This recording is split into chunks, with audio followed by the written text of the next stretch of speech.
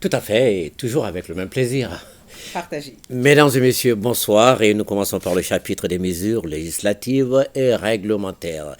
Sur le rapport du ministre de la Justice et des Droits de l'Homme, garde des Sceaux, le Conseil des ministres a adopté un projet de décret portant nomination de notaire. Le notaire est un officier public institué pour assurer le service public de la preuve. L'ordonnance numéro 2013-027 PRM du 31 décembre 2013 portant statut des notaires détermine les conditions d'accès à la profession de notaire, les modalités de gestion de la vacance et du transfert des charges notariales.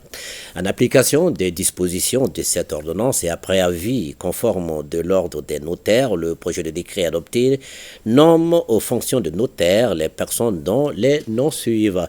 Monsieur Alou Keita avec résidence à Mopti, Monsieur Mamadou Kamara avec résidence à Gao. Au chapitre des communications, le ministre des Transports et des Infrastructures a informé le Conseil des ministres du lancement des travaux d'aménagement en 2x2 voies de la section Bamako-Koulouba-Kati de la R9, de réhabilitation de la bretelle d'accès à l'hôpital du Point G, d'aménagement de 7 km de voirie urbaine dans la ville de Kati et d'aménagement en 2x2 voies de la section Petro-Bama-Samé-Kati de la RN3. Les présents travaux sont initiés dans le cadre de la mise en œuvre de la politique nationale des transports, des infrastructures de transport et du désenclavement. La réalisation des travaux contribuera à améliorer le confort et la sécurité des usagers, à faciliter davantage l'accès aux hôpitaux du Point G et de Kati, à assurer la fluidité du trafic sur les axes routiers concernés, à réduire la durée de parcours entre la ville de Kati et le district de Bamako, à réduire les coûts de fonctionnement des véhicules et à prévenir les accidents de la circulation sur les voies. La cérémonie solennelle de lancement des travaux prévue le jeudi 1er février 2024 à Kati est placée sous la présidence du président de la transition, chef de l'État. Le ministre des Mines a rendu compte au Conseil des ministres de la mission effectuée sur le site d'orpaillage de Kobada, village de Samaya, commune de Nouga, dans le cercle de Kangaba.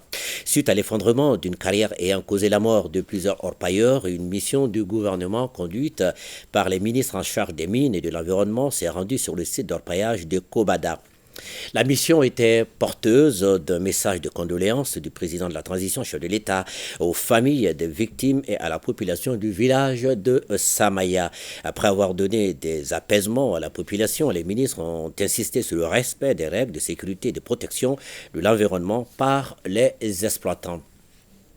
Le ministre de l'Industrie et du Commerce a informé le Conseil des ministres de la tenue de la journée du Mali à l'exposition horticole internationale de Doha. L'exposition 2023 de Doha a débuté le 2 octobre 2023 et fermera ses portes le 28 mars 2024. Elle a consacré la journée du 22 janvier au Mali sous le thème Désert vert, meilleur environnement, décliné en 4 sous-thèmes que sont sensibilisation à l'environnement, technologie et innovation, durabilité, agriculture moderne. L'objectif de l'exposition est de renforcer les relations bilatérales de coopération entre les États. Le pavillon du Mali dénommé Dunkafa Aniswassa a mis en exergue les avancées significatives et les innovations dans le domaine technologique pour accroître la productivité agricole, avicole, améliorer la sécurité alimentaire et contribuer au développement économique du pays. L'exposition a concerné également les manuscrits de Tombouctou, les potentialités en matière d'investissement dans l'agriculture à travers l'OFI du Niger et la compagnie malienne de développement du textile et des expériences modernes dans le domaine de l'horticulture au Mali.